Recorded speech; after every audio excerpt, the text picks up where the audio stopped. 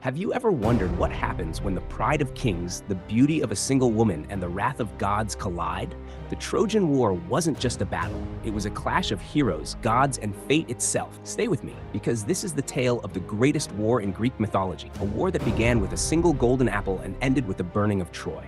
It all began at a wedding, the marriage of Peleus and the sea goddess Thetis. All the gods were invited except Eris, goddess of strife. Furious, Eris crashed the feast, tossing in a golden apple inscribed, "To the fairest." Hera, Athena, and Aphrodite each claimed the apple. None would yield. To decide, Zeus appointed the Trojan prince Paris as judge. Each goddess offered a bribe. Hera promised power. Athena promised wisdom and victory in battle. Aphrodite promised the love of the most beautiful mortal woman alive, Helen, queen of Sparta. Paris chose Aphrodite, sealing Troy's fate, for Helen was already married to King Menelaus of Sparta. When Paris carried Helen away to Troy, the kings of Greece, bound by oath, united under Agamemnon to bring her back. Thus began the war that would last 10 years. The Greeks assembled the greatest warriors ever known: Achilles, the nearly invincible son of Thetis; Odysseus, cunning king of Ithaca; Ajax the Great, mighty as a mountain; Menelaus, wronged husband of Helen; Agamemnon, commander of all Greece. The Trojans too had champions: Hector, prince of Troy and defender of the city; Aeneas, destined to survive and found a new line; Paris, the cause of the war, skilled with the bow; and their father, King Priam, who prayed for Troy's survival. But this was no war of mortals alone. The gods themselves took sides. Hera, Athena, and Poseidon favored the Greeks. Aphrodite, Apollo, and Ares supported the Trojans. Zeus, though bound to neutrality, secretly leaned toward Troy. Every battle was not only fought with sword and shield, but with the will of Olympus. At first, the Greeks struggled. Agamemnon insulted Achilles, taking from him the maiden Briseis, and Achilles withdrew in fury. Without him, the Greeks faltered. The Trojans, led by Hector, pushed the Greeks back to their ships. Flames threatened to burn their fleet. Desperate, Achilles' beloved friend Patroclus donned his armor and led the Greeks. He fought bravely, but Hector struck him down.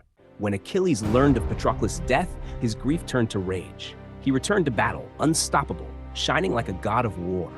He slew Hector in single combat, tied his body to his chariot, and dragged it around Troy.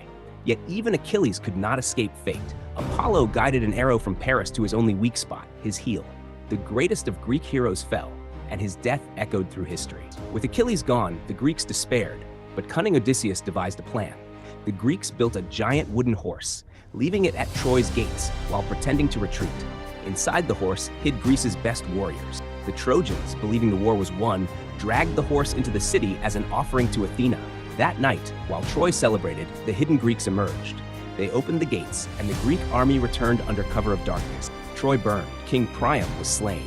Hector's wife Andromache and their son were taken as slaves. Paris fell in battle. Only Aeneas escaped, carrying his father on his shoulders, destined to begin a new people in Italy, the Romans. Helen, the face that launched 1,000 ships, returned to Menelaus, and Odysseus began his long, cursed voyage home. The Trojan War was more than a battle over a woman. It was the stage where honor, pride, love, and divine will clashed.